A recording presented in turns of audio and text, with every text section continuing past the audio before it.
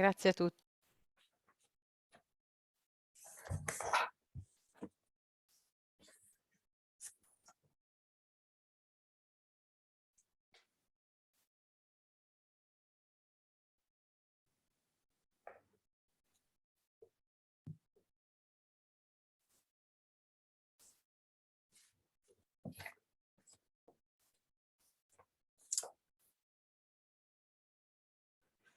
Buonasera a tutte e a tutti. Dopo il primo giorno del forum attorno al Blick in romano Guardini, offerto e gestito ieri dalla Pontificia Università Gregoriana, la giornata odierna viene tenuta dalla Pontificia Facoltà Teresianum di Roma.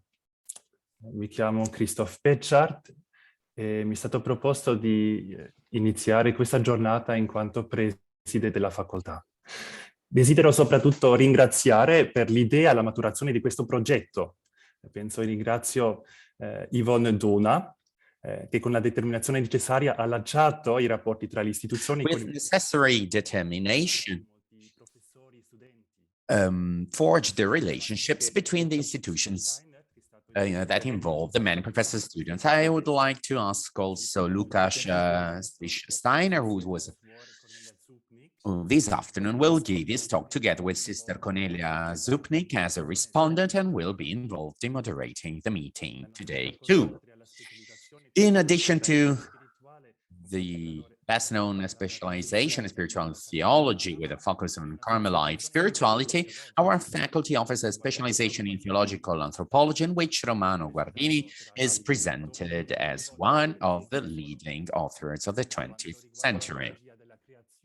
With regard to the theology of creation, particularly in the work Welt und Person, Guardini presents the fascinating thought of the novel that takes place in the creation of a human being. It takes up and develops what various exegetes point out, namely that in the creation of the Adam, God for the first time addresses himself to his creature. God blessed them and said to them. According to Guardini, who dwells on the interpretation of this passage, the human being is not created like other creatures by command, befehl, but by call, Anruf.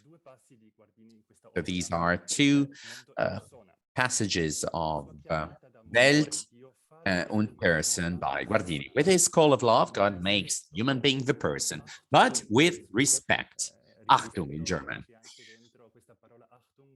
And in this word, Achtung, this word also involves tension. So the respect that you have by paying attention to another. And so it doesn't create him as a star, a tree, or an animal by simple command, but by a call.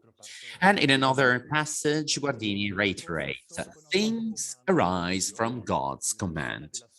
The person from his call, his Anruf, but this means that God calls him, and here calling is a translation of the German verb berufen, which is the verb of the vocation.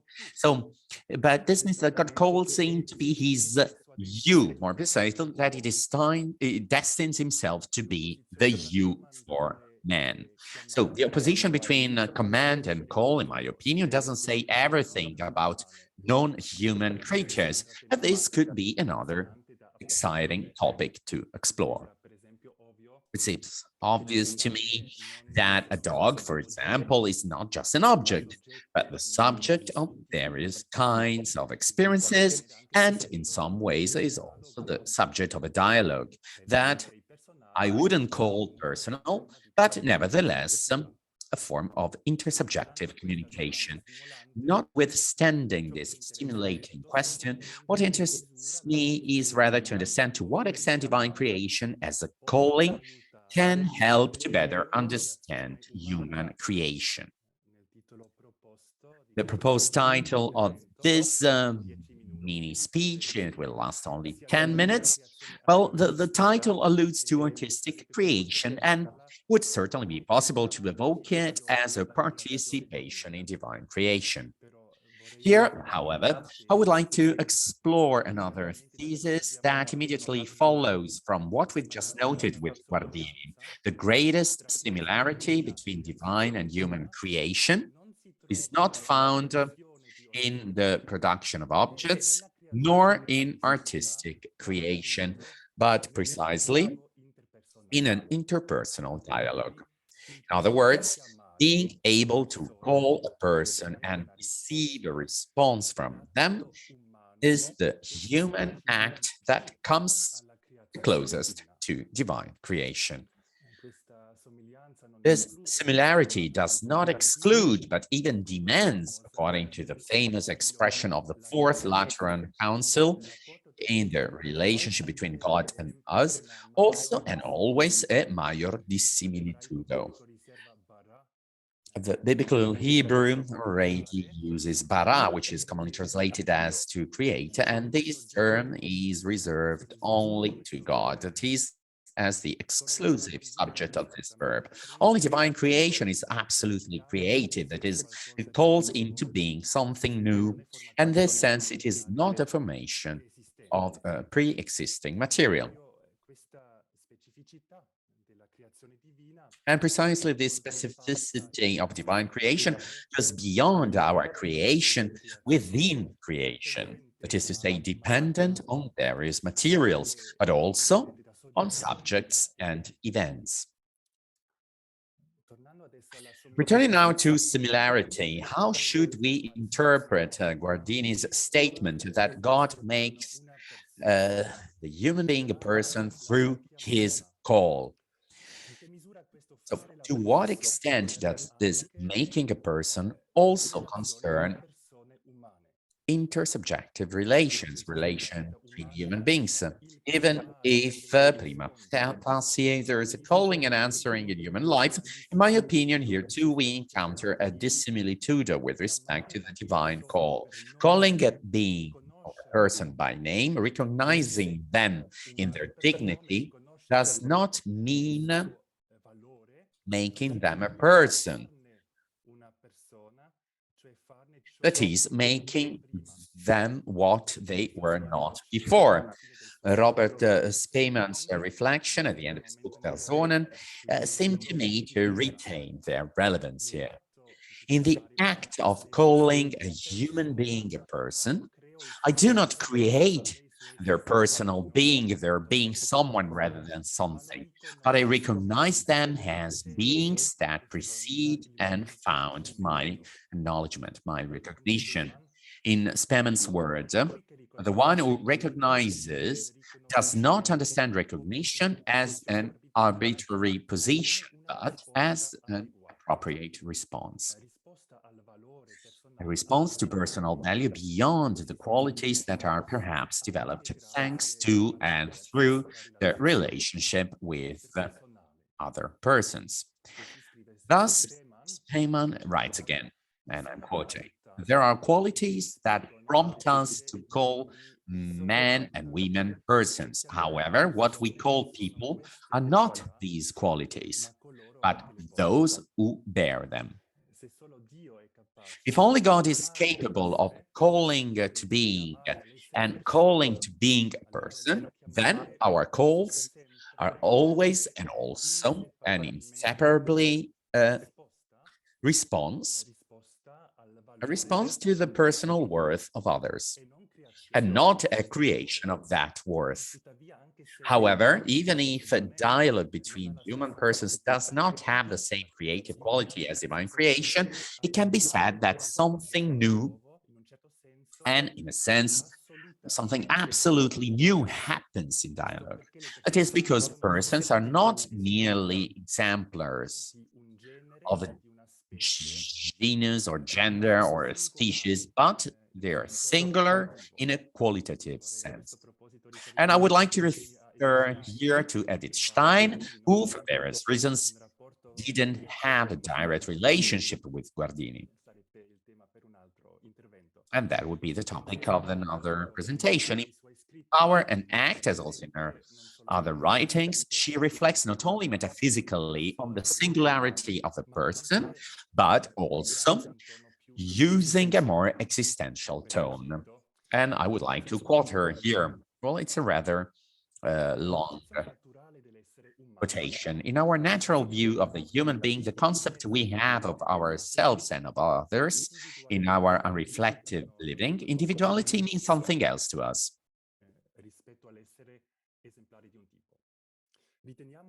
Without being theoretically clear about it, we take it that every one of us, every individual, is unique in kind.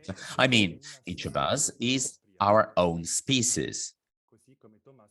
The claim Thomas made for the ages. Even someone who holds a different view will feel his human dignity injured if he's treated as a mere number, a mere instance of his or her type. And behind all our longing to be understood and all our complaining about not being appreciated lies the desire to be seen as an individual with our own specific peculiarity, maybe characteristic or peculiarity, which is a good translation of the German Eigenart, which is unique. End of quote. So I cannot enter into the debate on the question of the proper species that Stein herself later took up and presented differently, infinite being and eternal being. What is more, it's not and it cannot be a matter of proof of the qualitative singularity of each person, but rather of an argument assumed by what Husserl at the beginning of his first volume of the Ideas calls the natürliche Einstellung, so the natural attitude. The Gedankenanstoß that I would like to offer here, concluding my short talk, is that the creative reality of the dialogue is rooted in the singularity of the persons involved in the dialogue. Recognizing the personal value of others, recognizing their unrepeatable singularity is only the first step. The next step concerns what dialogue gives birth to between people and what in each person is transformed and enriched from what they couldn't find in themselves. Perhaps it's not too much to say that every human creation, be it technical, artistic, or intellectual, is the fruit of creative dialogue, not only with other people, but with other people in their singularity. Thank you very much for your kind attention. Now I would like to give the floor to the next speaker. Thank you, the Dean of the Faculty, for the stimulated and short introduction of our topic that we would like to continue. Now we are going to listen to two short speeches by two professors of the Pontifical Gregorian University, Professor Renches, Jesuit, who's Dean of the Faculty of Theology, and the topic is the gaze. I'm sorry. So the topic is being looked and looking. I'm going to give the floor to the next speaker, Professor Rench. You have the floor.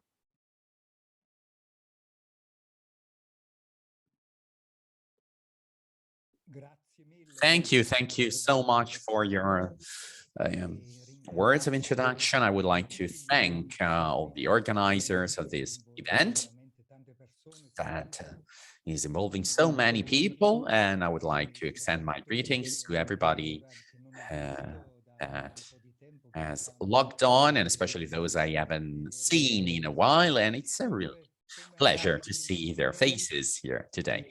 As we heard, the title of my short talk is Being Looked and Looking at the View of Grace. The expression of the concept of grace in the Holy Scripture is based on vision. And this is impressive. This phenomenon reminds us of the doctrine of the ideas of Plato. Plato that created a strong link between the true being on the one hand and participation in the idea that can be captured and grasped through the sense of vision. In Plato, the sense of life is revealed in the act of recognition, that is, in the exercise of the sense of vision in the Holy Scriptures. The sense of our life is communicated by becoming aware of the glance of God on us. The statement of the Magnificent can be an example in Lucas, since he watched the humility of his servant, and all generation we call her blessed. The relation between being watched and watching and grace is expressed through the formula finding grace in the eyes of God.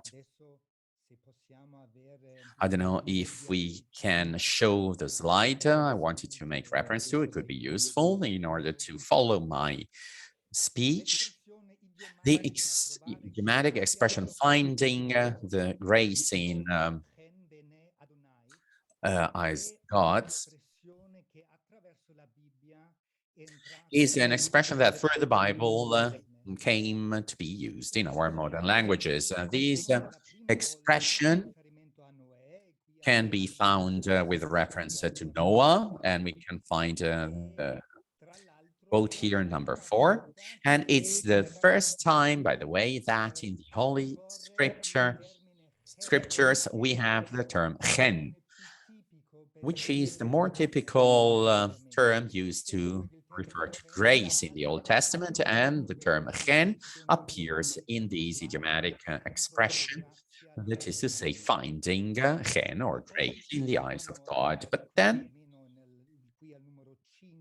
number 5 here, I quoted another occurrence of this idiomatic expression, and finding a favor or grace in the eyes of the Lord. So it makes reference to David, Abraham, Noah, Moses, and so on.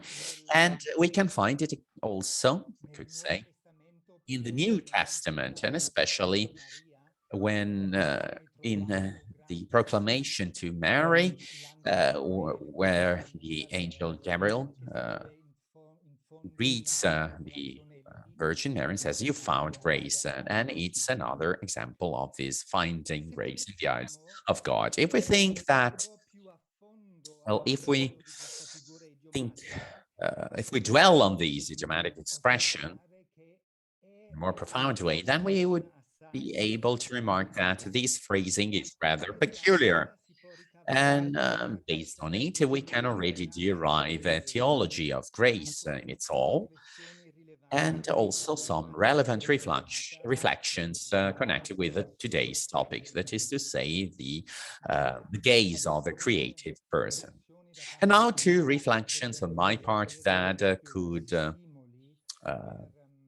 be a stimulus to deepen a bit and to explore that particular relation between the meaning of grace on the one hand and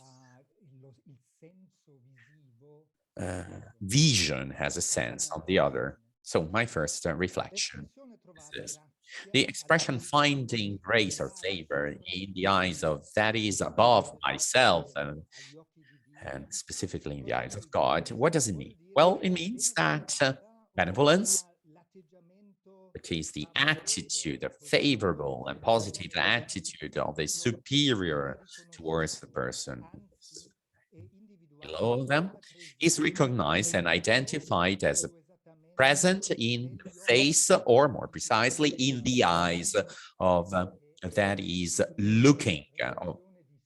and of the person that is in a relation of superiority as a with regard to the inferior object that is being looked at.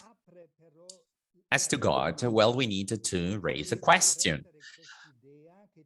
How do we have to grasp the that we are before God's eyes that are looking at us? Or how can we reconcile these theological emphasis on the vision, on the sense of vision of God in the context of a pre-vision of images that was underlined the non-suitability of vision in a cult context as is strongly present and confirmed throughout the whole Old Testament up to now in Hebraic tradition. Or simply put, how could this formula survive alongside the second commandment of the Ten Commandments?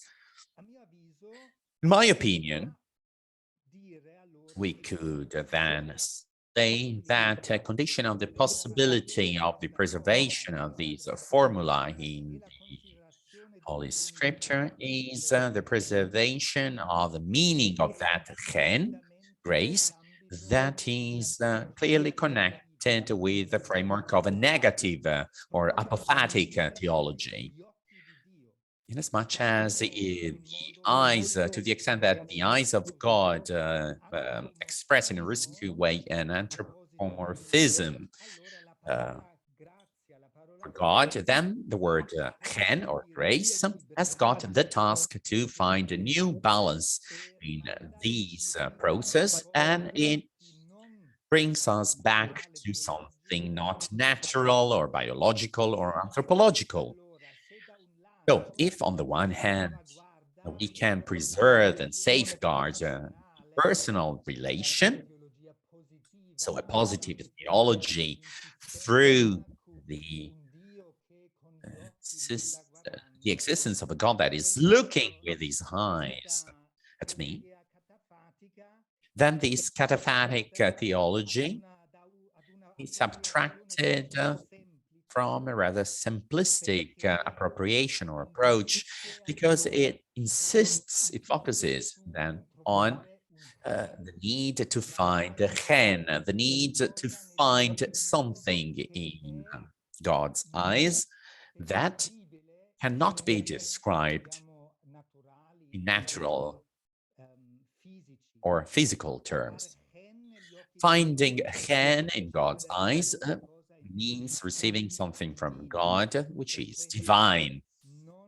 And this cannot be classified based on anthropological categories or physical categories. Chen is a force of relation that goes beyond categories of the hic et nunc. The search for the face of God, well, is necessarily a spiritual search, because the search is a search of the divine and of the divine grace, and to make sure that I have the benevolence of the Almighty, then I need him to look at me and to turn his face to me. Otherwise, how could I find grace in God's eyes if these eyes are not even looking at me? And some psalms express the anguish due to the lack of the divine gaze on human beings, which means a lack of benevolence. I'm citing Psalm 30, verse 8. In your goodness, God, you position me on a safe mountain, but when you hid your face, I was puzzled. This is my own translation. And another quotation from the Psalms, literal, not a literal translation, but my own. Turn to me and have grace, donate to your servant your force, and say your maid. This is the end of a quotation of verse 16, Psalm 66. So God needs to turn his face to me so that he can look at me and I can find chen in God's eyes. So this is the classical formula of blessing. May the Lord bless you and protect you, and may the Lord turn his face to you and grant you peace, and make the Lord shine his face on you and fill you with his grace. This is my own translation.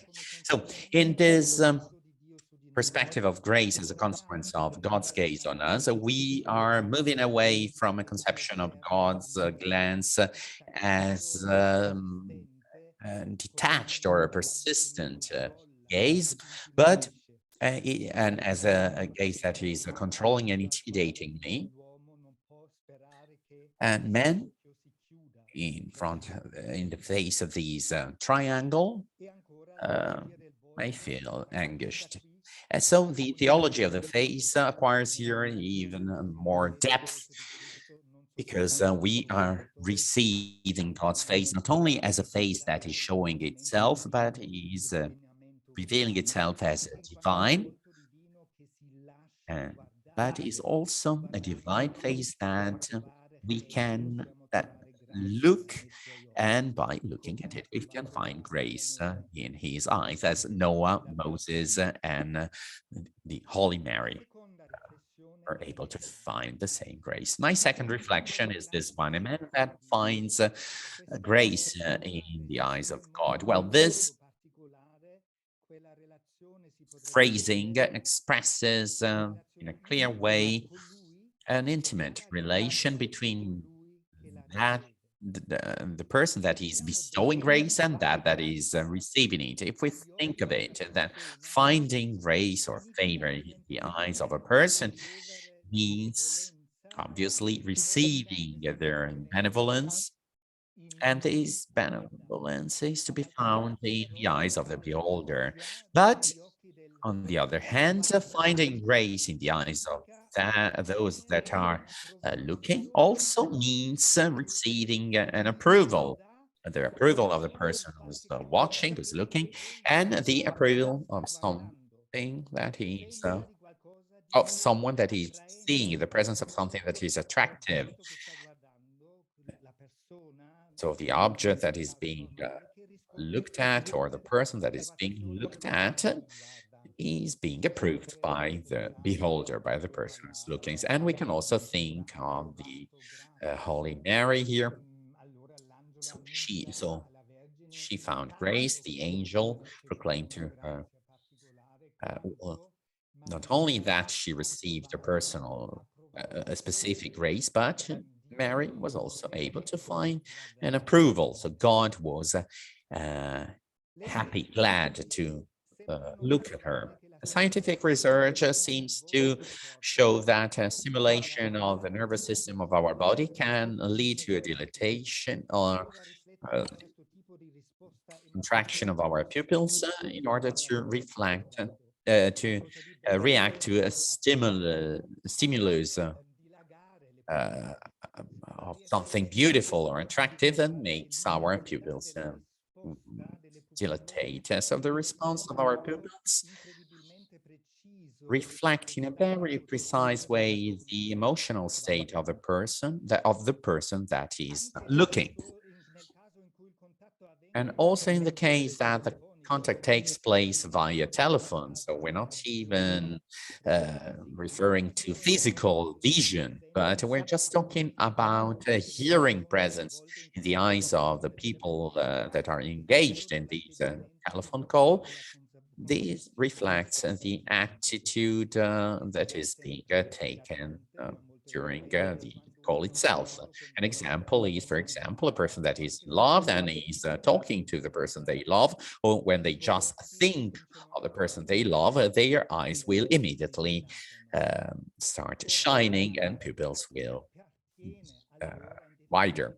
So, whose hen? To whom the hen belongs? Is it the hen that makes God's eyes become larger, or is it the benevolence of God?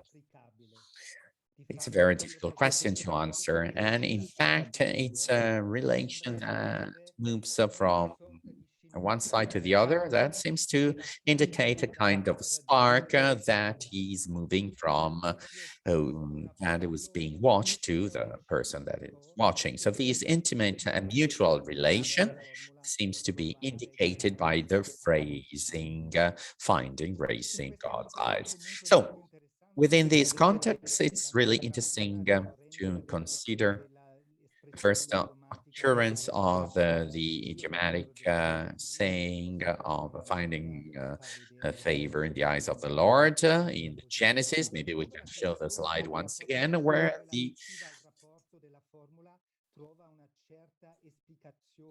there's an explanation of these phrase in Genesis 6:8.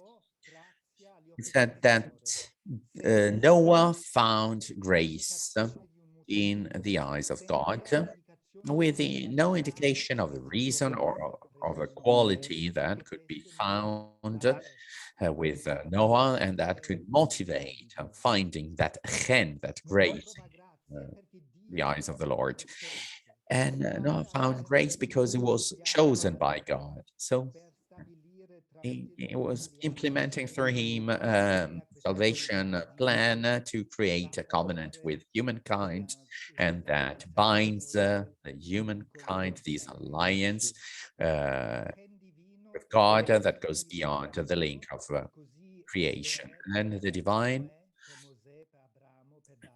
chen is the grace. This is to Noah, to Moses, to the Virgin, to Abraham, and so on. But as a consequence of these chen that can be found in the eyes of the Lord, and that is expressed by verse 9 after verse 8, then we can see the qualities that the action of grace elicit in man. So verse 9 says, this is the account of Noah and his family. Noah was a righteous man, blameless among the people of his time, and he walked faithfully with God. So he was a righteous man, and these qualities therefore deserve God's benevolence. His thanksgiving in man. And now, by way of conclusion, I would like to say that, well, it seems in an allusive way that the Holy Scriptures are subtly suggesting a theology of grace that is also made explicit by the history of theology and of the magisterium that are based on all the statements of greatest theologists and St. Augustine, the Grazia Praevenens, that works through man to produce those merits that are worthy of God's benevolence. So this, in fact, could be an important stimulus to us to see what we mean by the creative gaze of man that somehow always turns into a con-creative gaze, but it also turns into a look that is the result of a grace that has been received, the grace of God's benevolence that is freely entrusted and donated to men. Thank you very much.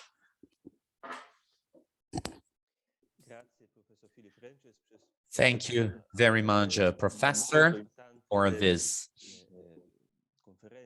very important reflection about the mystery of God's eyes and the visual aspect of the grace of God and of this encounter between God's seeing and the man's seeing.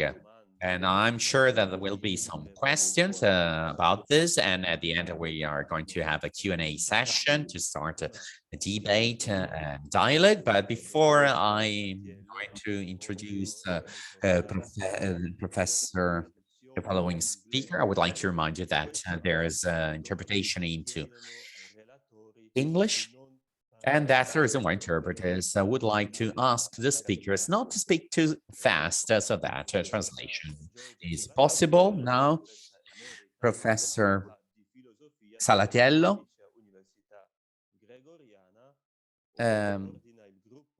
from the Pontifical Gregorian University, and she takes care about differences between men and women. The title of her speech is The Gaze That Looks Between and the Care. Thank you. Thank you, everybody, and the organizers, especially those that contributed in the organization of this initiative. I'll try to be quick because we already exceeded our speaking time, and I would like to propose my remarks, and I would like to start a journey that will be finalized by saying a few exercising, talking about the spiritual exercise of Saint Ignatius. So I want to start from the centrality of the look in the relations with the world and with others. So this is the preamble of each possibility. So, and their preliminary remark, foundation of these look is, of this look to others, is self-care. Self-care is what allows to have a look, a transparent look with which I can come closer to others. If we start from the self-care and we move to the care of the world, then we need to ask ourselves a question. Which eyes are we going to look at the world? As an object to be stolen, or as a creature that needs to be preserved? So this is very important to see the two different attitudes we can have towards the world. And so I'm thinking of all the reflections of Pope Francis on the world. The world, is it a creature or is it an object?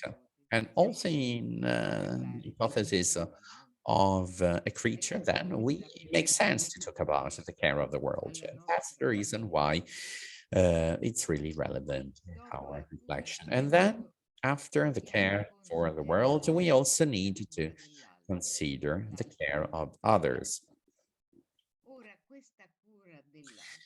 So the care of others, it implies two ways of looking. So the look, the gaze is still important. The first thing is looking together to a common goal. So the two gazes, the two looks that are being turned to a common goal, a shared goal. And the second way of seeing or looking is looking into each other's eyes, so a mutual look. Is a look of recognition and of enhancement of our values. So with regards to these 2 points, so looking at others, I think that all their reflections by Joseph de Finance are rather relevant. I'm thinking about an essay he wrote, and the otherness, the topic of otherness. Otherness is a central topic, and it's also the fundamental objective and goal we're turning our glance to. So I hope you'll allow me just to give you a side remark. In my presentation, well, I am coordinating an interdisciplinary group about the relations between men and women. What we said about the relations with others and about the centrality of our look in our relationships also applies to the relation between men and women. My look in these relations, is it a transparent one, or is it look that is somehow hiding something that I would never anybody else find out or to know? I think it's rather and extremely important to me. And now I would like to express the last remark I wanted to point out. I made reference to at the beginning of my speech. So in all this journey, in all this path we're following through our looks and through a healing glance or a healing gaze, then, well, this can bring us to think of the spiritual exercises by Saint Ignatius, where this care is essential on two levels. If we think, for example, about the exerciser, so the one that is receiving the exercises, then the care for oneself is important, is an integral one. It's the spiritual care, but we also know the importance that St. Ignatius attaches to the body. So it's the centrality of self-care, of the care of oneself. But if we think about guidance, if we think about a leader or the person that is giving us the exercises, in this case, what's important is the care for the others. And the exerciser cannot lead this, but they can accompany that person in a dialogue between the exerciser and God himself. So here we have got to do with the care of oneself and of others, but everything happens against the backdrop of a world that is a creature of God, and that is the intentional term of our act, of our divine act. So I think that this self-care, the care for the world, the care for others, seen through the mediation of our eyes and our look, can be something that can lead us to other and crucial reflections and thoughts. Thank you very much.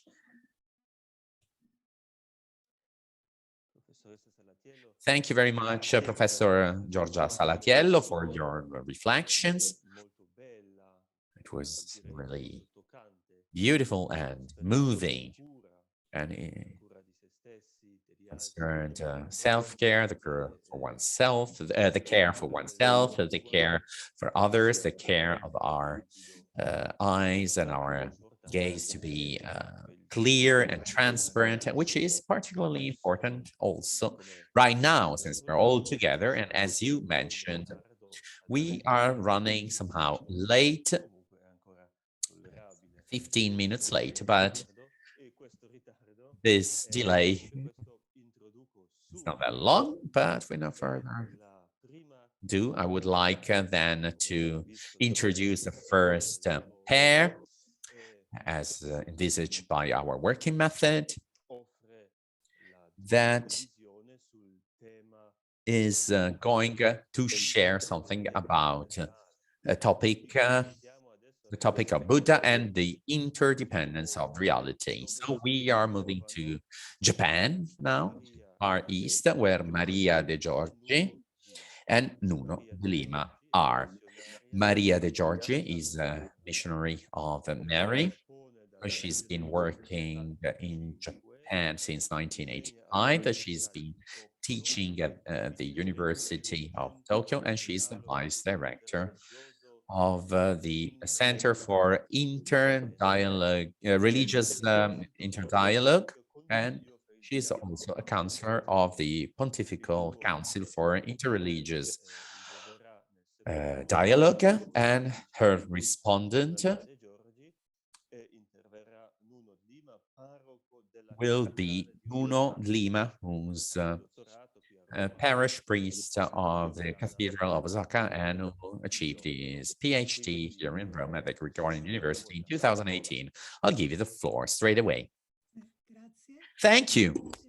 Can you hear me okay? I hope so. Well, I just wanted to make a correction. I'm not teaching at Tokyo University. Well, I taught for many years at the Pontifical Gregorian University, moving all the time from Italy and Japan. But I would like now to start straight away with a topic. I would like to thank Professor Donna, who organized everything.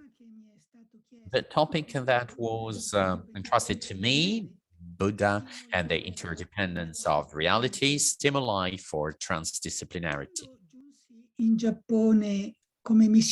When I came to Japan as a missionary more than 30 years ago, the impact with the Japanese world was, for me, an opportunity to discover another cultural and religious world.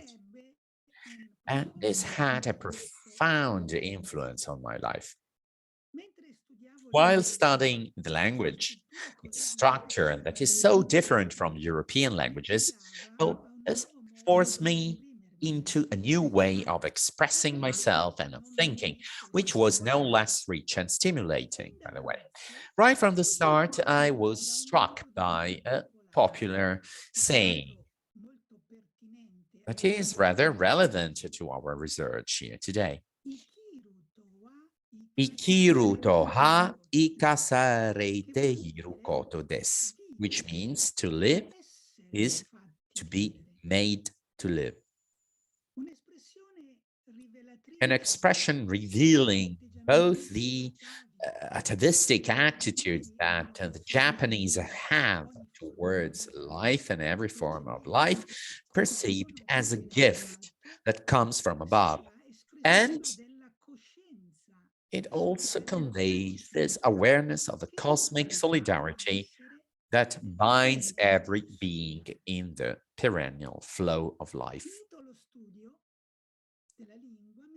After finishing my language studies, I moved to Shinmeizan, the Center for Spirituality and Interreligious Dialogue, where I have been working since 1987. Here, I had the opportunity to get to know the Japanese religious world. Shinto, Buddhism, new religions, and I had the chance to do so in everyday life. I soon realized that the saying, to live is to be made to live, while it was revealing a sensitivity that is so typical of the Japanese people, well, this saying had found a fertile ground in Buddhism.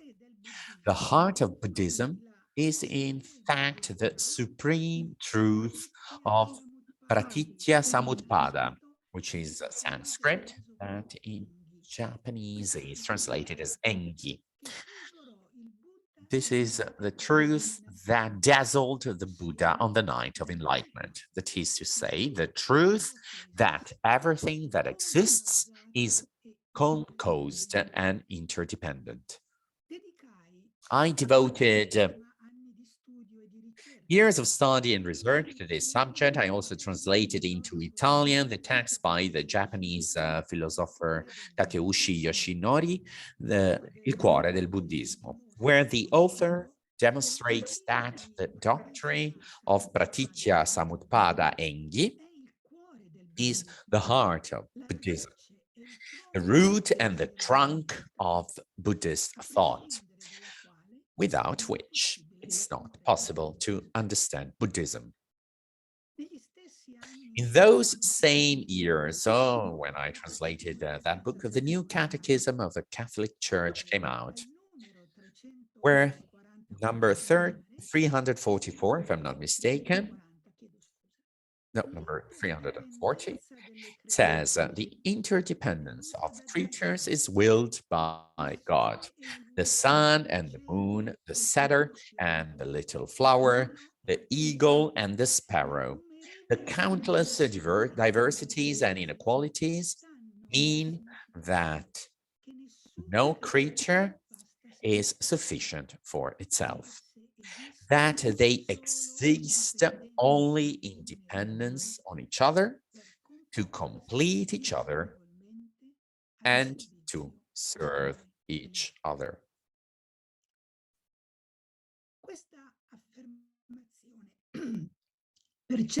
This statement, in some ways unprecedented in Catholic catechesis, opened up new spaces for discussion and dialogue with my Buddhist partners and friends.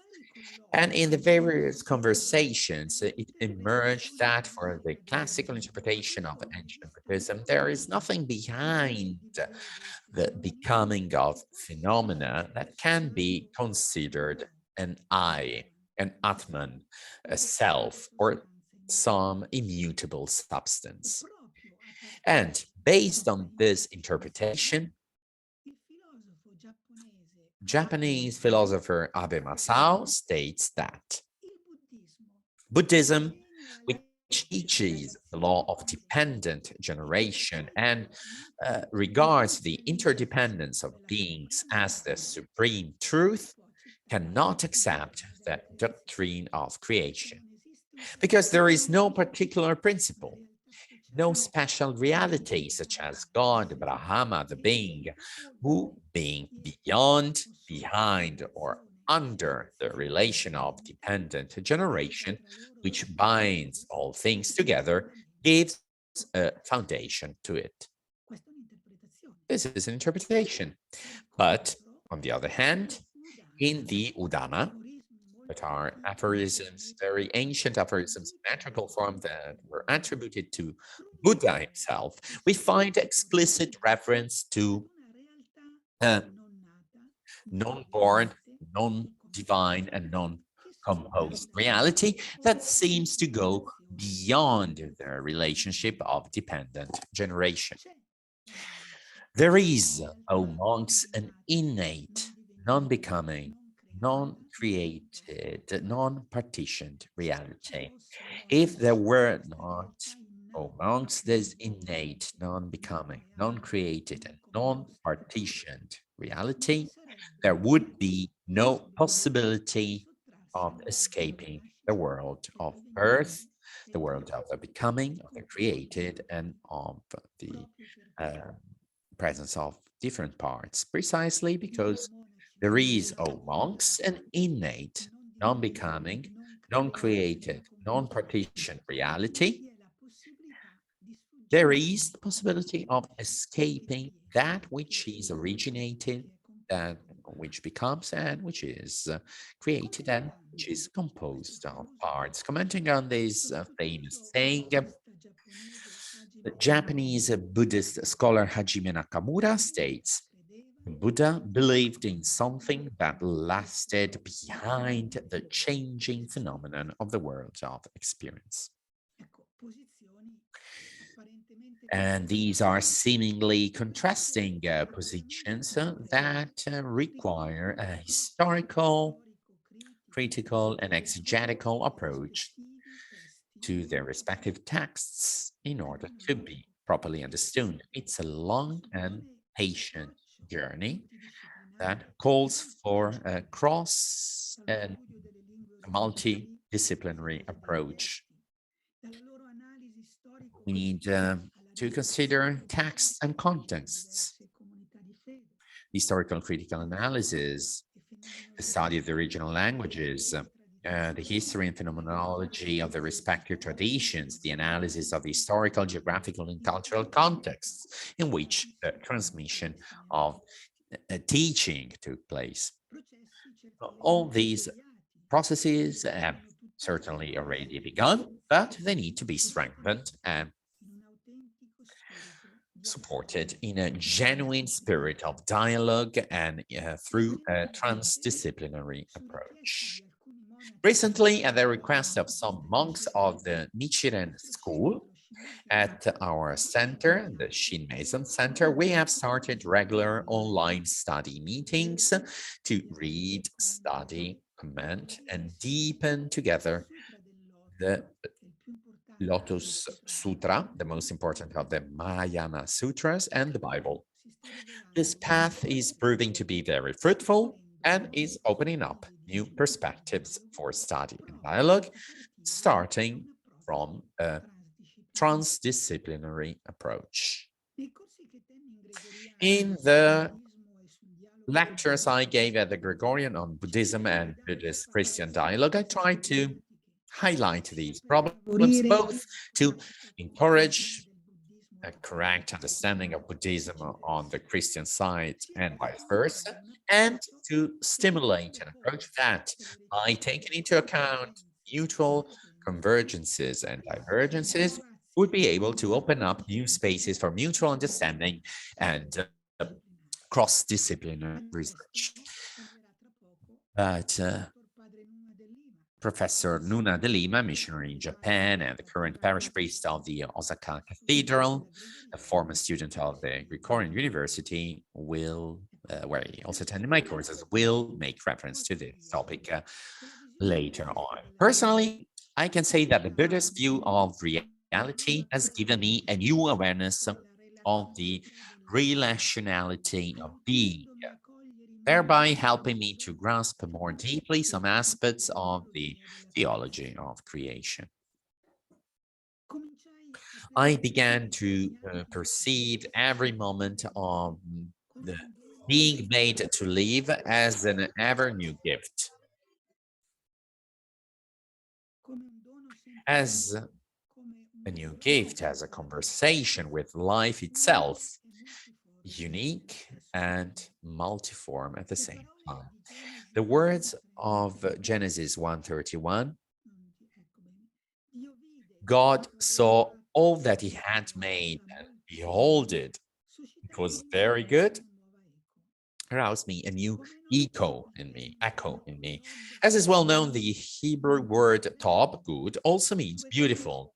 The two concepts cannot be separated from each other. A good thing is beautiful, and a beautiful thing is good. And so this certainty also gave me a new insight into the school axiom, ens verum bonum pulchrum et unum convertuntur, opening me up for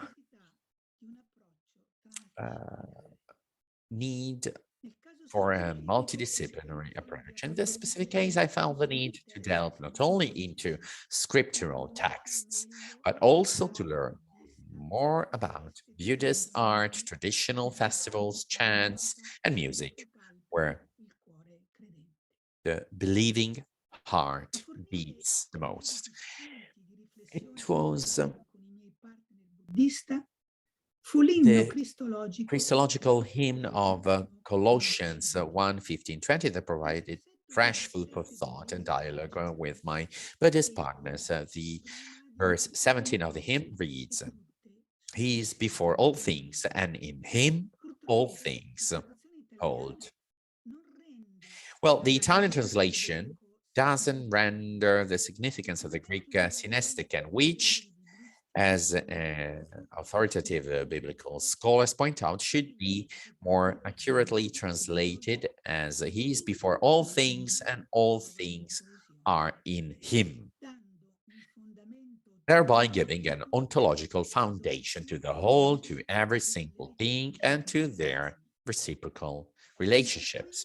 In this hymn, Christ is presented not only as Lord of history, but also of the universe, which was created in him and finds cohesion in him. Paul presents Christ's supremacy of the cosmos as an ontological priority, begotten before any creature, as an essential cause. Through him all things were created, and as a final cause. In him all things were created, and as a final cause, in him all things were created. But also a unifying principle is before things, and all things in him find cohesion, or in other words, everything in him is interconnected. From these verses, it is clear that the division, separation of the original creative act is not for solitary dispersion, not for ontological solitude, but it exists for communion in love, within which everything has a meaning, has a reason, a role that contributes to the harmony and life of the whole. What guarantees this is precisely that in him, which gives meaning to everything and to the fragment, from the blade, from the grass to the galaxies, but from the insect to man. On the other hand, as we've seen, the Buddhist tradition tells us that the Buddha had a dazzling intuition of the relational nature of all things and the precariousness of the whole. He perceived an innate reality, not becoming, not created, which is not composed of parts, but he didn't see, so to speak, the hub of the wheel of the becoming, the pivot of the wheel of becoming, and he remained silent, a noble silence that on the threshold of the mystery warned the homo religious of all times not to imprison the absolute in any mental category, not to restrain it to sizes of our own mind. There is no doubt that the Buddhist Christian dialogue on this point can be very fruitful. Just as the Buddhist notion of pratitya samutpada can be a powerful provocation to revisit and deepen insufficiently explored aspects of the Christian theology of creation, such as the cosmic solidarity of all beings, their common destiny, the recapitulation of all things in Christ, the implications of a cosmic Christology that rediscovers, as Teilhard de Chardin hoped, the pivotal role of Christ, in whom and for whom everything was made, and in whom everything finds cohesion and fulfillment. Thus, the search of this pivot, which gives meaning to becoming an ontological consistency to the interdependence between beings, can open Buddhism to new acquisitions. And this can be done also with the help of other disciplines such as physics, cosmology, etc. And with a particular reference to the thought of Teilhard de Chardin, philosopher, paleontologist, scientist, and theologian, Dr. Nuna Lima will now talking about this, and he dedicated his doctoral thesis to creative dependence, the Japanese understanding of mutually conditioned origination in a Teilhardian perspective. I'll give the floor to Father Nuno. Grazie tante, professoressa Maria De Giorgi. Come diciamo qui in Giappone, Thank you very much. As we say here in Japan, arigato. Is a pleasure to me to be able to talk to you here. And also for me, the encounter with Japan after 20 years there was and still is a challenge to see the world around me in a different way. In Japan, as you said, the idea that we're here at this moment in these specific conditions is because the connection of events and encounters between various people have made possible the current conditions in which we find ourselves. And these is something that is deeply rooted in the Japanese. One of the words I hold most dear in the Japanese language, and in my opinion, one that is almost the most expressive of these attitudes is precisely the term arigato, which I used at the beginning as a word of thanks. Etymologically, the word arigato means it's difficult that this thing exists. When a person gives thanks in Japanese by saying arigato, he or she implicitly acknowledges that what has happened or what he or she has received is a gift, a word, help. And this might not have happened if people and circumstances had not interacted in order to create the right situations for a certain outcome. Attending your course at the Gregorian University, Buddhism in the Light of Christian Revelation, I understood how this attitude of the Japanese has deep roots in Buddhism, more specifically in the intuition of Praticca Samutpada that the Buddha had during his enlightenment, and in the consequent teaching about the interdependent origination of all things. Precisely for this reason, I have tried to study this doctrine more systematically in order to grasp the challenges arising from it and trying to respond to these challenges from a Christian perspective. In the course of my research, I realized that it is from the insight into interdependent origination that the Buddhist non-theistic worldview derives. I realized that the greatest challenge posed to Christian theology is the doctrine of creation and belief and the faith in God, the Creator. That is why I chose as my traveling companion Pierre Teilhard de Chardin, a scientist and a theologian who knew how to integrate scientific knowledge of the cosmos, philosophical reflection on the data of science, and theological understanding of God's creative action, offering a transdisciplinary vision of reality. As a scientist, Teilhard understood the evolution. That evolution is a series of interconnected events. And as a philosopher, he explored the interdependence between the different elements of the cosmos. As a theologian, he interpreted God's creative action as the convergent movement of all things in Christ. In this cross-disciplinary and cross-cultural journey, I realized that for both Buddha and Teilhard, seeing plays a central role in understanding reality. For example, Teilhard writes, "It is essential to see things as they are and to see them really and intensely." Somehow, the Buddha too, in order to achieve a liberation from suffering, tried to see things as they are.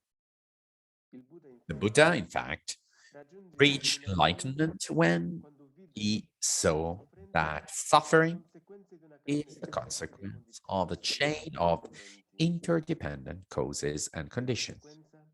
As a consequence, liberation from suffering is only possible by following the path that leads to the cessation of these causes and conditions. In this sense, Teilhard and Buddha see that the real is interconnected, intertwined, and interdependent. Teilhard tried to see interdependence from a theistic perspective and based on the texts of St. Paul and St. John, discovered the movement towards union in Christ. The Buddha, starting from an apophatic attitude, declared attempts at metaphysical interpretation useless for the purpose of liberation. From these two different attitudes derive two distinct visions of reality, which I'll try to summarize from a threefold seeing of the world of man and of ultimate reality, sguardo sul mondo. a view of the world. Teilhard vede il cosmo Teilhard sees the cosmos as an organic whole, not static, but dynamic and evolutionary, as cosmogenesis, ossia that is, come as a movimento convergent movement of the entire cosmos verso una maggiore towards greater condivisione. unification. Da teologo, As a theologian, vede l'azione Teilhard divina sees divine creative action not limited to the past, but extended to the present and future. Cristo Christ punto omega, is the omega point, tende l'evoluzione. which evolution Egli è il primo tends to e il achieve. capo. He's the first, and he's the hand. In him, all things received their first impulse. In him, all things are held together, and all things find their fulfillment. A Buddhist would agree that each Che ogni elemento del element cosmo of the cosmos qualcosa depends on something else to exist. Tuttavia, However, difficilmente accetterebbe he la would riferenza hardly all'origine accept the reference to reale. a transcendent origin of reality, since everything exists by interdependent origination, and there is no first cause, no transcendent origin or divine creator. Sguardo sul ser umano. A look at the human being. Sostiene che il The view of the movimento human being. cosmo Teilhard argues that the cosmic movement or cosmogenesis takes the form of an organic movement or biogenesis and is completed in a reflexive movement or anthropogenesis. dall'emergere del essere From umano the emergence of the human being, evoluzione, perché l'uomo è in grado a di turning accedere point in e evolution cooperare occurs a tutto because il man processo evolutivo. is able to understand and cooperate Da parte in loro, the evolutionary process in an active way. For their part, Buddhists maintain that there is no clear distinction between human beings and other beings, poiché tutto because everything is interdependent. questa interdipendenza This radicale radical interdependence sottolinea che underlines that siamo we esistenza are an relazionale, interrelational existence. per citarlo studioso To buddista. quote the Japanese Buddhist scholar Nakamura Hajime, Esistiamo we exist relazione in con gli altri relationship esseri with umani, other human con beings l'intero and universo. with the whole universe. Sguardo sulla realtà ultima. And now, the view of the Lo sguardo di ultimate Teilhard si reality. apre al futuro Teilhard's gaze e vede opens to the l'evoluzione future and della sees creatura evolution verso converging towards the il center, punto omega. the omega point. Dal punto di vista From the cristiano, Christian point of view, questo ultimo this ultimate center rappresenta is the l'aspettativa dell'intera transcendent destiny and the attractive force of the whole creation, Christ Omega. Da scienziato, Teilhard As a afferma scientist, che gli elementi del Teilhard understood that the elements of the cosmos correlati. are closely related. Da teologo, As a theologian, he understood that Christ is the omega point, the source of convergent unity, and the center that holds the cosmos together. Everything in the cosmos is interconnected because it is held together by a center that is both immanent and transcendent of the world itself. Thus, according to Teilhard, everything is interdependent because everything is created to be united in Christ. From his writings, we know that Teilhard was fascinated by the universally cosmic dimension of Buddhism, although he understood its profound difference. From the Buddhist point of view, in fact, everything is interdependent, and therefore nothing exists outside the network of interconnected causes and effects. From the Christian point of view, everything is interdependent because the ultimate end of everything is union with God, the unconditioned reality, the origin and end of everything. Teilhard and the Buddha believe that interdependence is a fundamental characteristic of reality. For both, all things are interconnected. However, their philosophical premises all lead them to different interpretations. For the Buddha, the word is a continuous flow of becoming. For Teilhard, interdependence implies a convergent movement towards the union of the whole.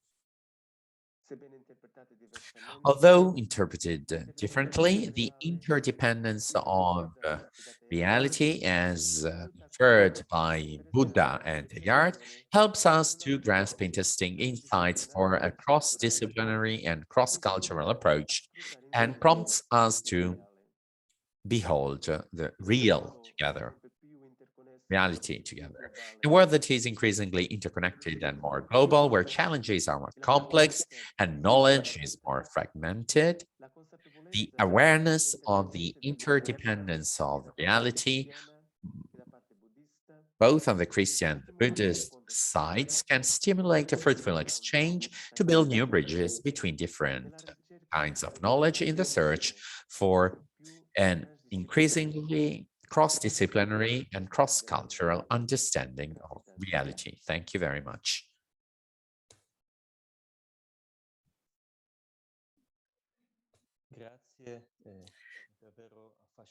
Thank you very much. Indeed, your view and the perspective of Japan and on the Oriental world is really fascinating. It's completely different from the European or the Western view of seeing and experiencing everything. Thank you for giving us the opportunity to see through your eyes these perspectives, and there will be a Q&A at the end of the session so that we can further explore some aspects of your reflections. But now I would like to give the floor to the second pair of scholars we have here today with us. That is going to talk about another topic, Socrates and Ivanov, the gaze that looks between. So this topic is presented by Professor Andrea De Santis and by Domenico Burzo. Professor De Santis is professor and dean of the Faculty of Philosophy of Sant'Anselmo in Rome, and he's also guest lecturer at the Pontifical Gregorian University. I'll give you the floor, Professor. Good evening, everybody. Thank you very much. I hope you can hear me. Okay? Well, the act and the phenomenon of seeing and being seen has a fundamental role in Plato's thought. The dialogue and literary structure of these works and integration of the mythos and parable in the dialectic of thought, Plato fulfills this dialectic between seeing and being seen and makes it perceivable. So he doesn't restrain himself to thinking about something but he doesn't only talk about something, but he makes something that is experienced so that it can be experienced around the thought. In his works, it's possible to acquire experiences not only about a thought, but also about what is being thought, and everything in one single act. The same applies also to the role of the myth in Plato, where it is no fiction or evidence, but is a space where not yet fulfilled view could take place. I would like to devote these shorter reflection to a passage of the Alcibiade.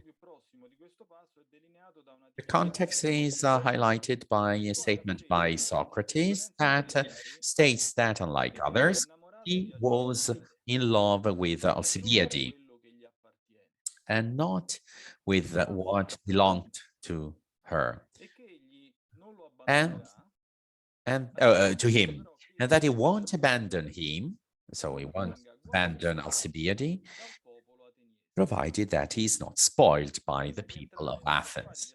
And before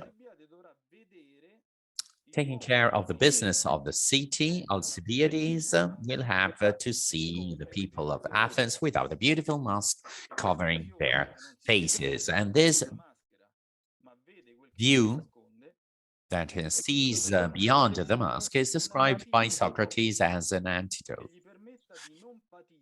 that allows him not to suffer anything terrible.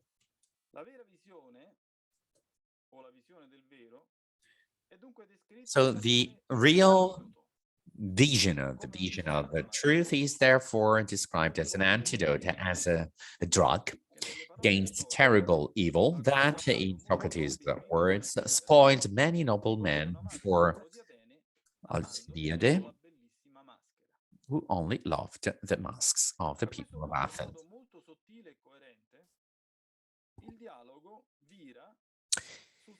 The dialogue then turns to the topic of the care for oneself, that is, the ability to avoid evil, originating from the fact that we're not able to recognize a mask. So, Alcibiades asks, how can we take care of the two of us? Can you explain it to me? So the care for oneself is possible only if we take care of our own souls and we devote our attention to them. And this is only possible if we clearly know our own soul. And by knowing our soul, it will then be possible to know ourselves. Then Socrates said, well, there's a long quotation. Please be patient and bear with me. So that what Socrates said. By the gods, we understand that piece of advice of the Delphic inscription. But I suspect what this inscription is actually suggesting to us, because we cannot compare we cannot understand these unless if we resort to our vision. So reflect you as well. If the inscription suggested the eye as you can suggest to man by saying, look at yourself, then what would we be thinking that he is suggesting? Is it suggesting to look at something that the eye is able to see itself? So let's explore what is the object that can be seen that allows us to see it and ourselves. Socrates, Alcibiades said that, well, mirrors and other similar objects allow us to do that. That's right, Socrates said, but the eyes by which we see, don't they have something similar to? Sure. And then when you observe somebody, when you look somebody in their eyes, then you can also see the eyes of the person that is in front of them, like a mirror, like a pupil that is almost an image of the person that is watching it. It's true. So if an eye sees another eye and gazes the best part of the eye by which they see, they'll see themselves clearly. But if the eye looks at another part of the body or other objects, won't be able to see itself. No, that's right too.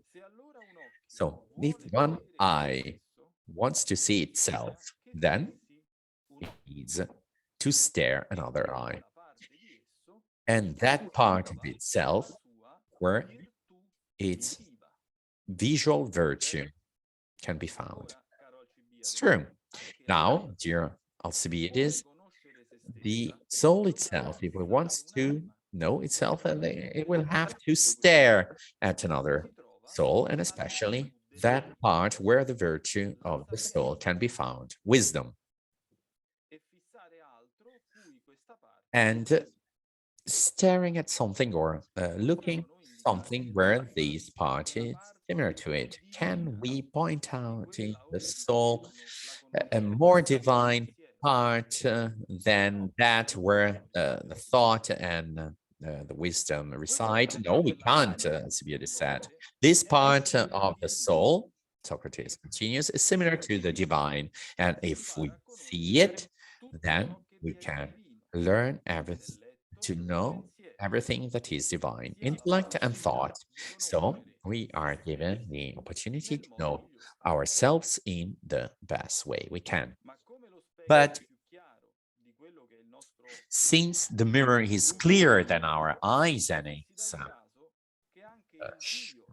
brighter, then also God is purer and brighter than the best part that is in the soul. So looking at God, then will use also the best mirror in human things that tend to the excellence of the soul, and so we'll be able to know better ourselves. So without knowing ourselves and without being wise, we won't be able to know what's bad and what's good for us. End of quotation. It was my own translation, by the way. Now, let's try and see some, let's comment on some remarks starting from the text. So, if we want to look ourselves, then we can only resort to a mirror. But Socrates moves from the immaterial object, the mirror self, to the eye, that is a living mirror, that is the organ that allows vision itself.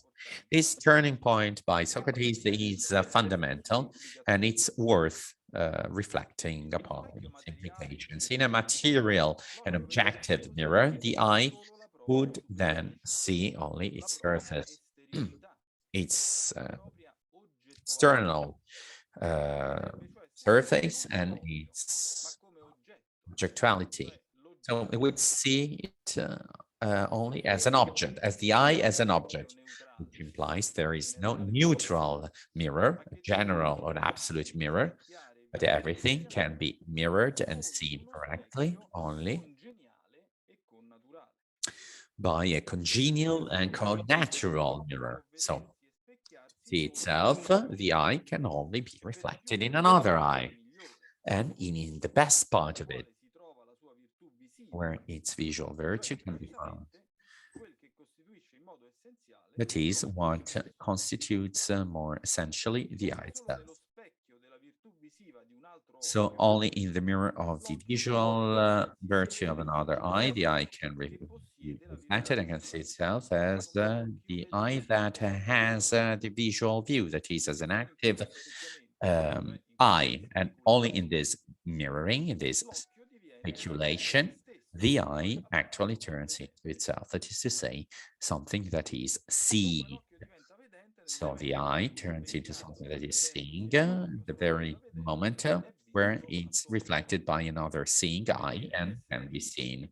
So seeing and being seen take place simultaneously.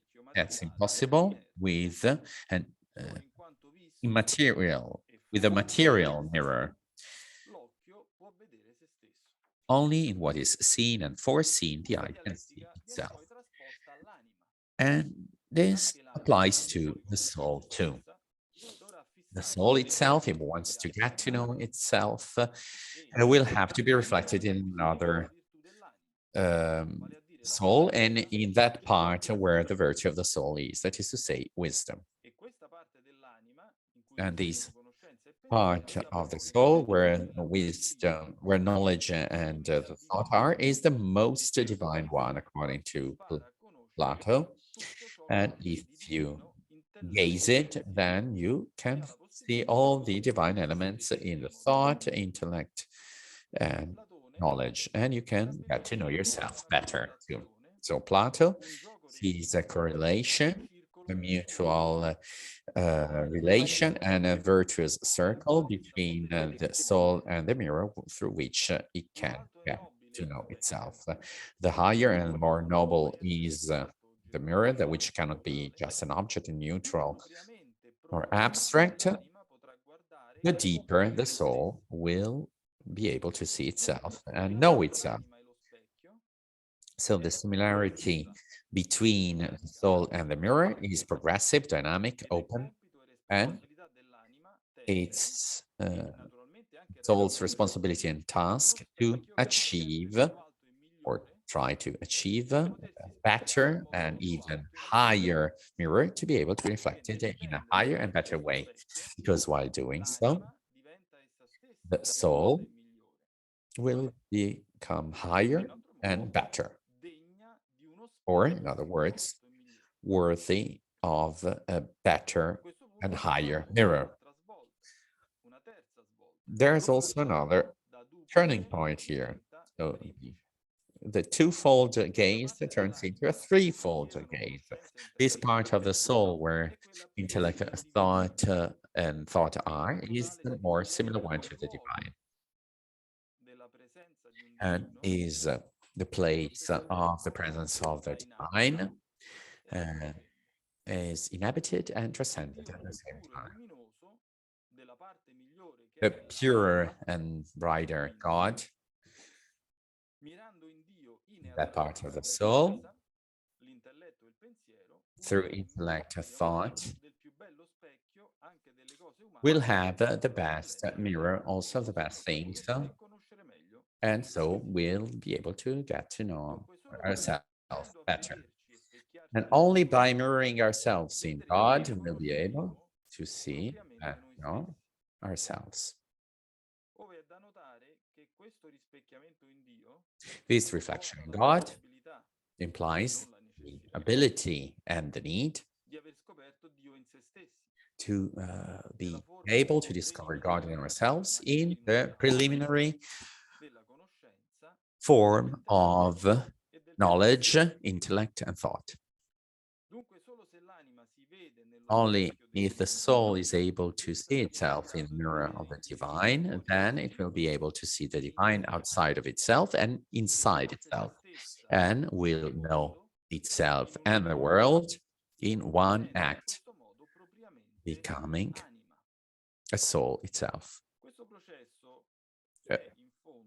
This process is basically the one through which the soul turns into itself.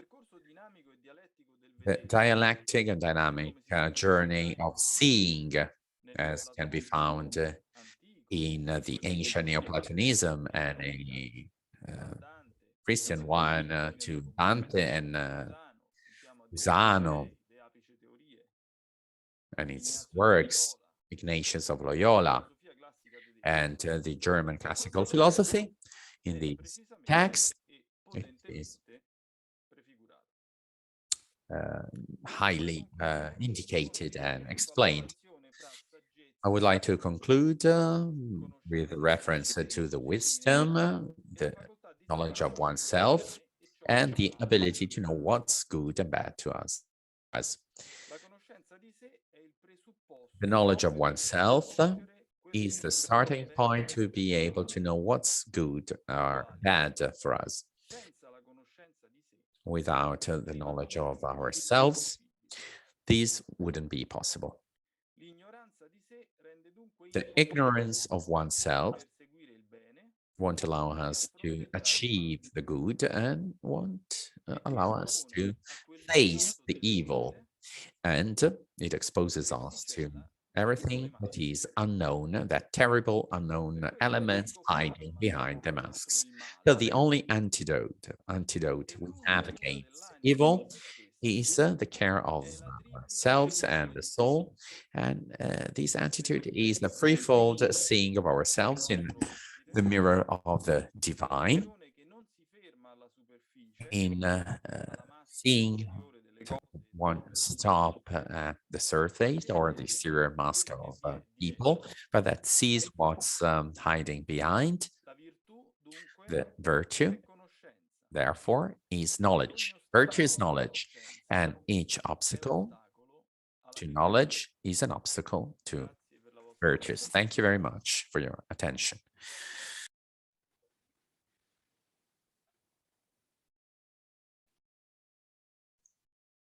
Grazie. E adesso invito il suo Thank you responsor. very much. And now I would like to invite Domenico Buzzo, teacher of philosophy and history in Montalbano Ionico. I'll give you the floor.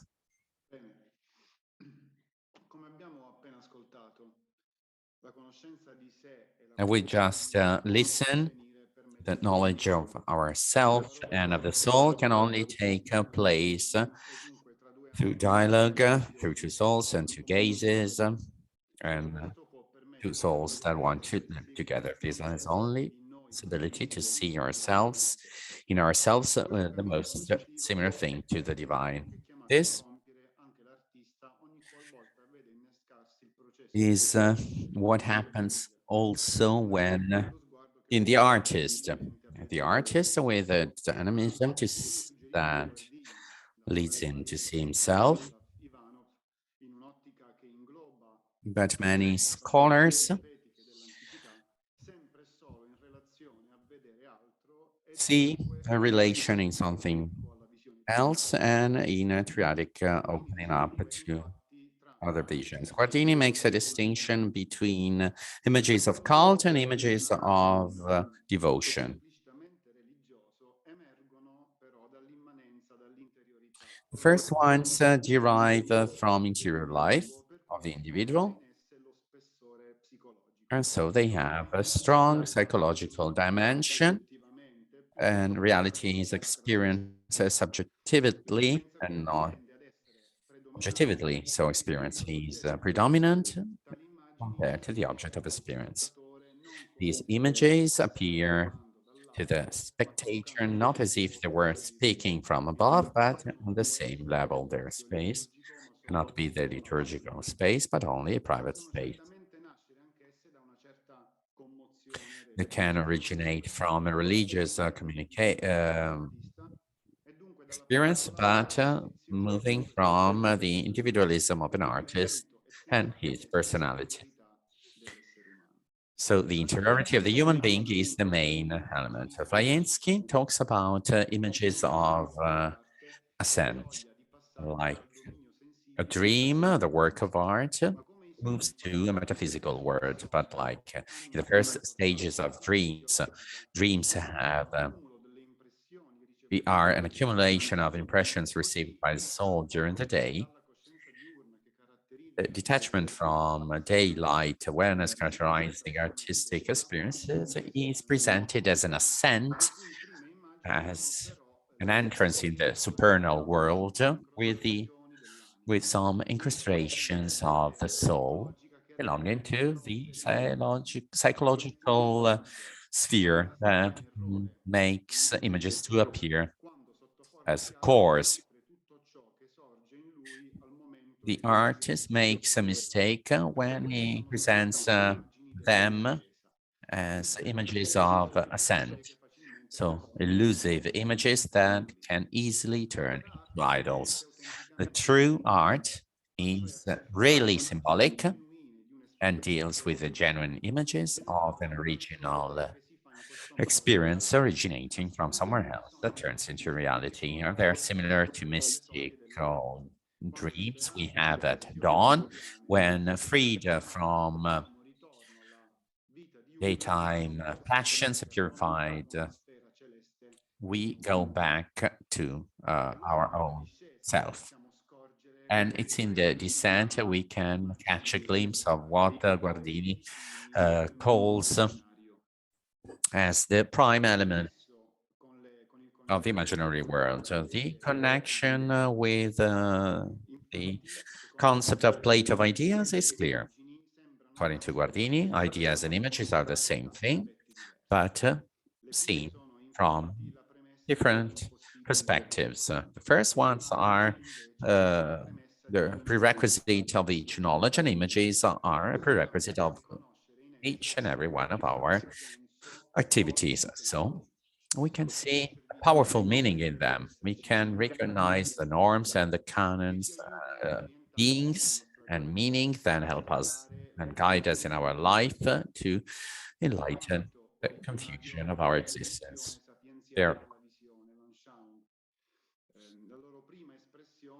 first expression is the saying of a fortune teller, and the first framework is a cult.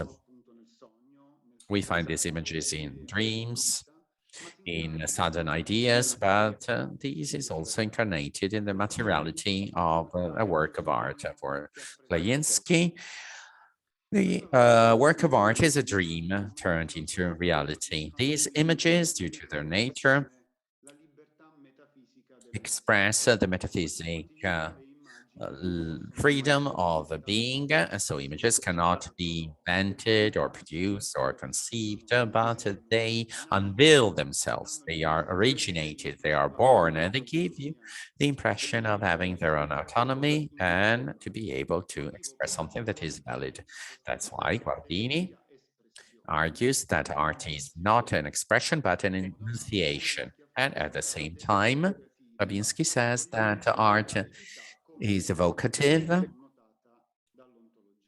and is connected by ontology. Florensky affirms that we have to do with a Platonic analysis of the ideas in the sensorial art. It takes things away from a subjective interpretation, and through images, it elevates to the archetypes, passing to the protopos, and shows a different and unknown reality. And it elevates to realissimus, the realiora to realissimus. According to these conception, art is as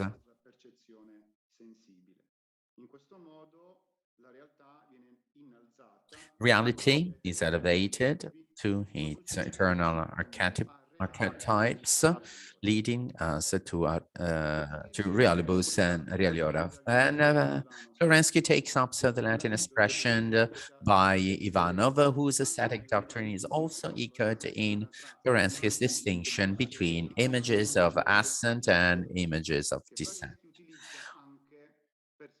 which Florensky also uses to explain a mystic experience. So, as every time we have to do with oniric images, the result of artistic experience, the general law is always the same. It's the law of ascent and descent described by Ivanov in a text entitled The Limits of Art. The process of artistic creation appears to be structured by an initial ascending phase in which the artist, freeing himself from the deceptive and seductive images that arise from contact with the lower plane of the sensory sphere, is kidnapped into a sphere of supersensible consciousness to contemplate the celestial truth, which is then followed by a descending phase in which the artist is enriched by this experience,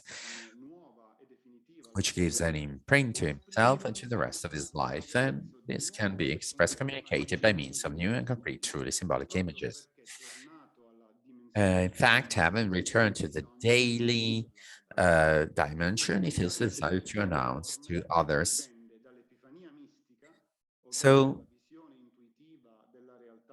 this is being revealed to him in an epiphanic vision, so that the creation is to arise, that he is to arise, corresponds to the experience that he has lived. And then this leads to something that he can be incarnated in a work of art.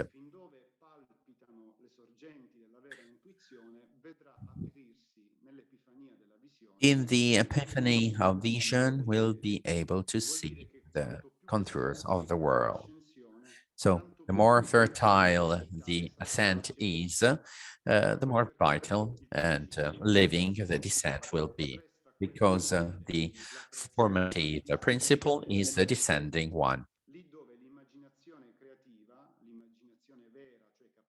where imagination can take the place of fantasy fantasy, and images are a projection of archetypes on the level of imagination. All of these does not mean that a realibus ad aiora may be replaced by ad realioribus ad realia.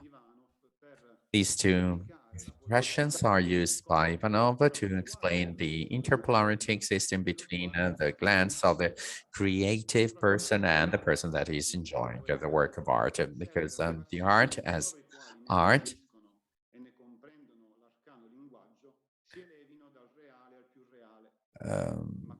make it possible from person to move from the real to the even more real, taking into account the conditions of the process of artistic elements. So this is the place of possible communication between man and God, because the forged matter, the matter that is forged by the artist, derive from the seeds of the logos.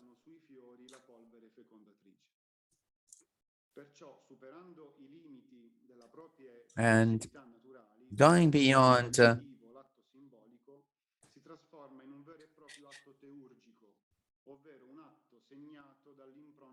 the creative genius carries his seeds as the bees or the bumblebee carries the fertilized powder of its flower. So we go beyond the limits of our natural possibilities.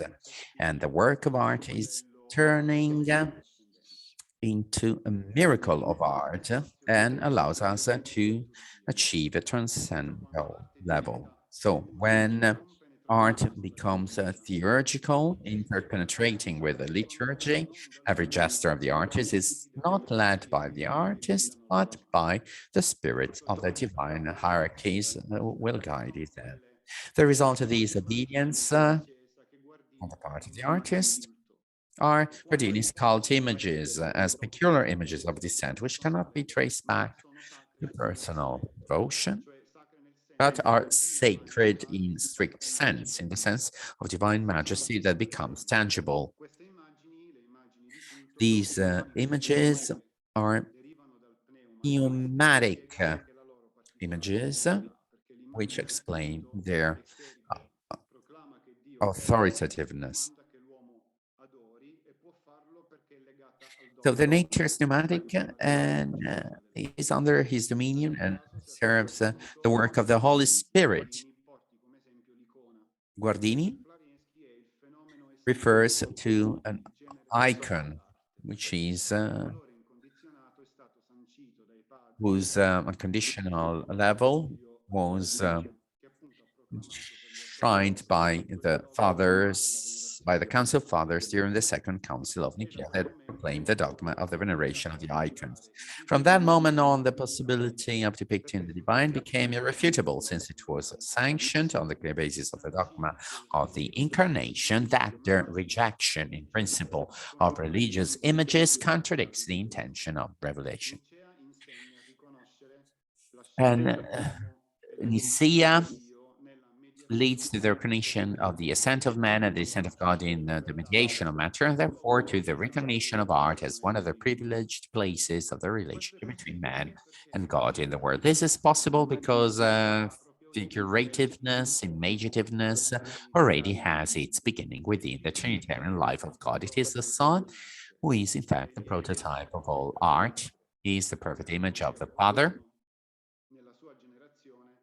And as Augustine said, we can find the first iconographer in him. In God himself, we can recognize the first iconographer. So Christ is in fact the image of the invisible God, and this implies that there is a dimension reproduced image. There where there is a dimension reproduced image, there must also be that of the original image. And this is the idea of the invisible God that carries with it in the mysterious possibility of a vision of God. So this implies that the artist has to have a threefold Trinitarian glance, and it has to bear the seal of Trinitarianism in its very structure. The images of devotion and of assent are closed in egoism, and the images of cult are the result of visionary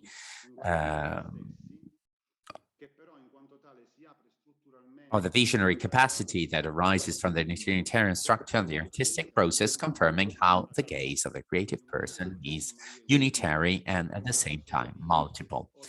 So it's a maieutic process that it does not only concerns oneself, but others, and the images elevate themselves. The images of the descent open up as they leave the individuality.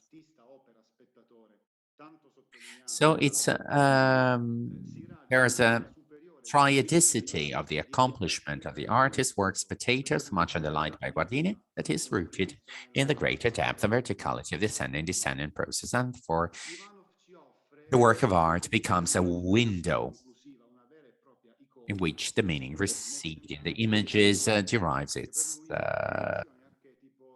sense. Ivanov offers us a concluding image, a veritable icon. And he says that an icon can be summed up in the likeness of Saint Joseph, which is the incarnation of the gaze that creates an archetype of the authentic artist.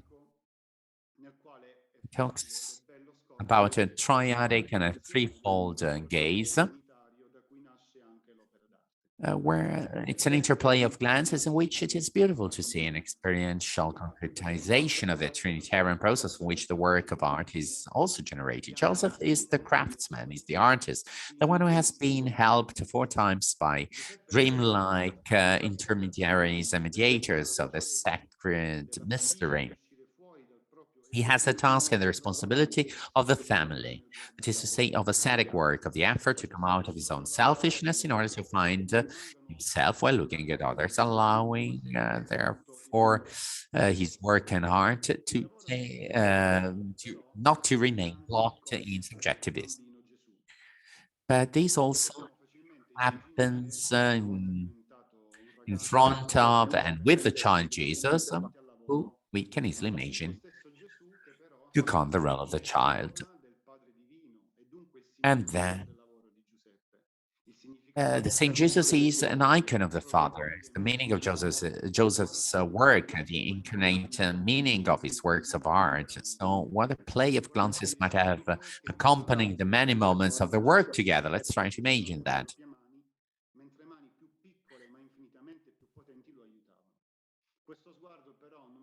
These glance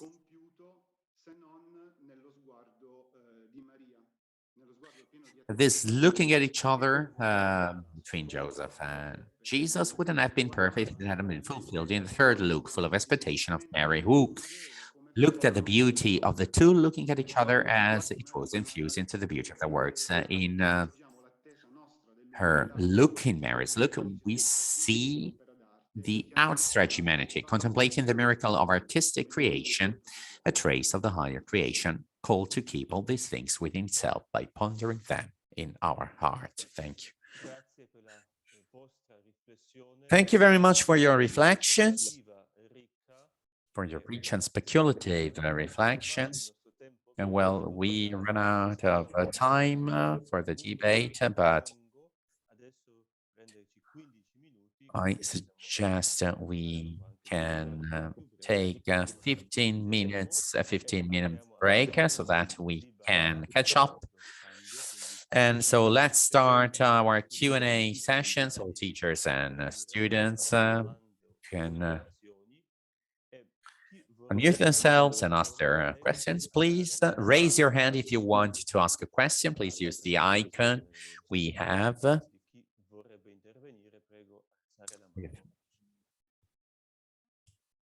If you want to ask a question, please use the raise hand icon.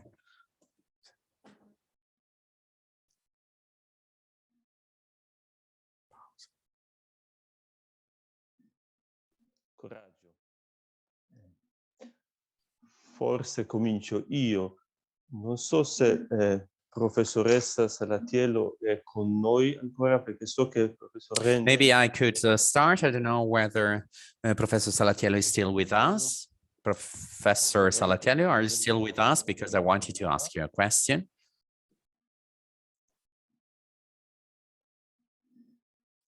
Forse... Non c'è. Vabbè, no. She's not there. Quindi rivolgo la mia domanda alla professoressa De Giorgi. Maybe I can ask this question to Professor De Giorgi. Based on your contact with the Japanese culture and with the Buddhist thought and religion, there was a topic that was a cross-cutting one, the care of our gaze, of our look. What is the most important takeaway in the Eastern world, in the Oriental world, with regards to the care of our look? Well,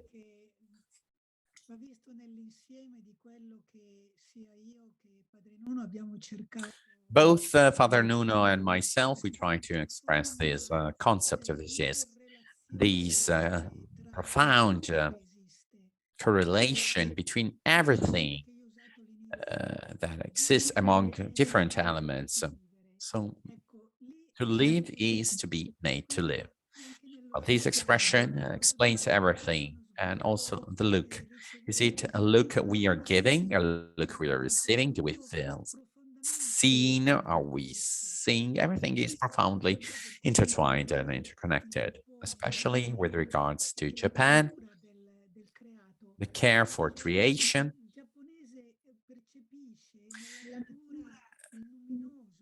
The Japanese feel in nature divine. Each sacred place needs to be included in nature. It's by looking at nature that we perceive the divine and we feel seen by it. I don't know if Father Nuno would like to add anything. Aggiungere qualcosa? Ecco, questa interrelazione, io pensavo... Yes, with regard to this, the interrelation, I was thinking about the look of Japanese, the Japanese when they meet and the mutual respect they have, which is something that really impressed me, the fact that we are together.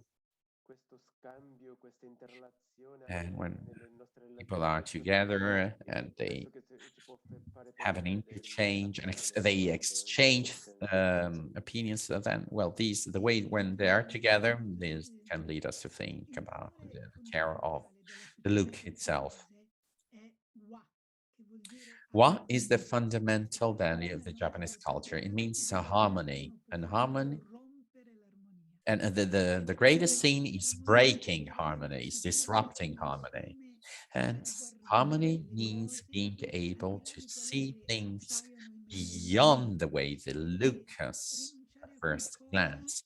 It means renouncing something. Everybody needs to give up something so that we can safeguard and preserve this harmony that is for everybody.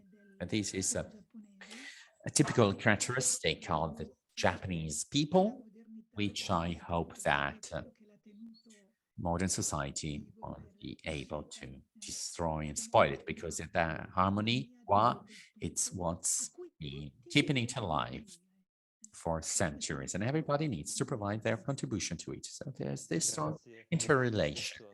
Yes, and now I'll give the floor to Yvonne Donna, and then we'll have the break, because we also have to take care of the interpreters and that are tired. Yes, I can confirm I am a bit tired. And so we have a grateful glance. We're turning our grateful glance to them too. And after that, we'll take a break. Yes, I just wanted to tell you two small technical things. You need to speak slowly, and we need to be strict with our schedule. That's based on my experience, because even though there's a time for debate. We need to stick to our time. And please, and I wanted to tell you this because yesterday evening I realized that everybody was opening up more. They were asking more questions, but please know that everybody, please know that, well, you can always feel free to ask a question, and please try to speak slowly. And that's something I'm telling to next speakers too. And now I have a question. I don't know if it's a question for everybody, but it's more a question that is specific for Andrea and Domenico. Yesterday, a psychoanalyst said that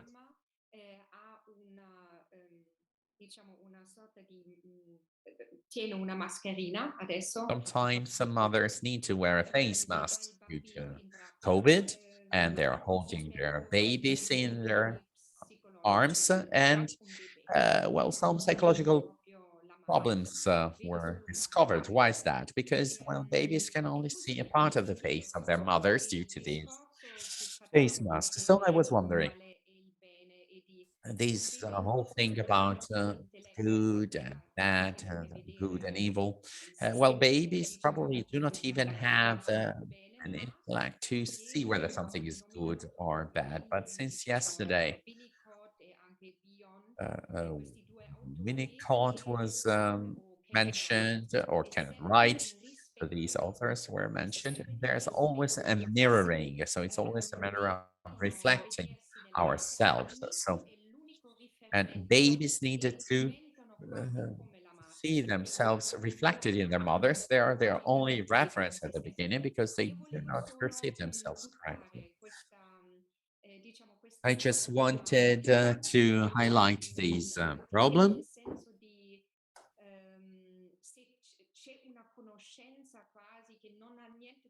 And I don't know, well, if this has got to do with the virtue that a baby already has, or is it an intellect that we can already have?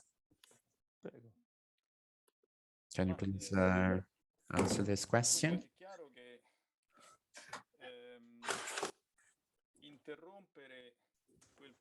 Disrupting that process of reflection that I tried to describe in the light of Plato's text means disrupting a process of growth and the maturation of the identity of a baby.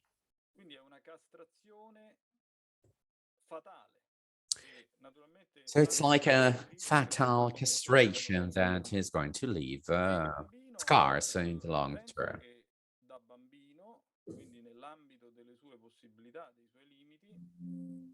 And I think that a baby within his limits and abilities that are different ones than those of an adult, I think that babies know what is good, what is bad.